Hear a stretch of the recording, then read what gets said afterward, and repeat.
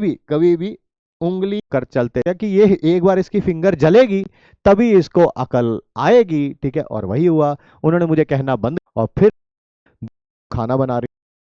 पापा कभी नहीं भूल, आप गलती कर दें और उसके कारण आपको उसका रीप मतलब कि आप क्या बोले, आपको उसका खामियाजा भुगतना पड़े, फिर आप कभी नहीं भूलते, ठीक है। जैसे पापा मैं के बातें हो रहे होते हैं और आप मानो या ना मानो, एक साइकोलॉजिकल बात बता रहा हूं आपको, साइकोलॉजी की बात बता रहा हूं, सिखाने के लिए आएगा। जनता धनाधन गलत करके आएगी, ठीक है। बट आप गलती ना करें, इसी कारण सिखाने के लिए ऐसा किया गया है। और आप मानो या ना मानो, एक साइकोलॉजिकल बात बता रहा हूं आपको, साइकोलॉजी की बात बता रहा हूं। आप अगर कोई काम कर रहे होते हैं और आपको कोई बार बार बोले ऐसा नहीं करना, ऐसा नहीं करना, ऐसा नहीं करना, आप जनरली उसकी बात नहीं सुनते हैं। ये साइकोलॉजिकल बातें हो रही हैं, आप थोड़ा सा केमिस्ट्री से हटके बात करते हैं।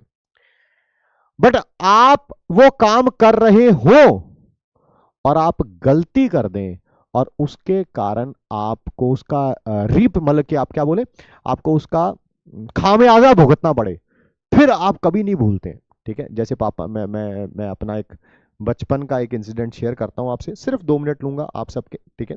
आई वॉज, पापा बताते हैं, मे बी आई वॉज 4 और 5 ईयर ओल्ड, ठीक है। उस समय आपको पता ही है, जनरेटर वगैरह इन्वर्टर वगैरह कुछ नहीं हुआ करते थे, है ना। और घर पे लाइट गई हुई थी, है ना। चूल्हा भी नहीं था, मतलब कि वो स्टोव हुआ करते थे, बहुत पुरानी बातें हैं ना, उस समय ऐसा ही होता था। तो लाइट गई हुई थी, मॉम खाना बना रही थी स्टोव पे, एंड साथ में कैंडल जली हुई थी। तो मैं बार बार, छोटा था तो मैं कैंडल में बार बार हाथ मार रहा था ना, लाइक उसके पास से फिंगर लेके दूर ले जानी। My dad was saying it again and again, Amit ऐसा मत करो, अमित ऐसा मत करो, अमित तो ठहरा ढीठ, ठीक है, अमित को क्या समझ आएगी।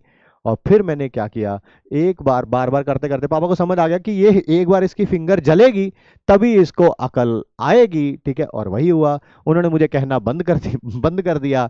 थोड़ी देर बाद फिंगर जो है वो कर चलते चलते कहीं बीच में चली गई, ठीक है।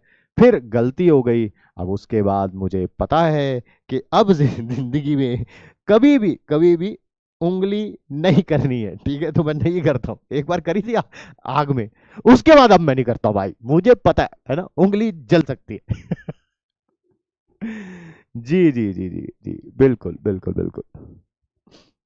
आइए आइए, है ना।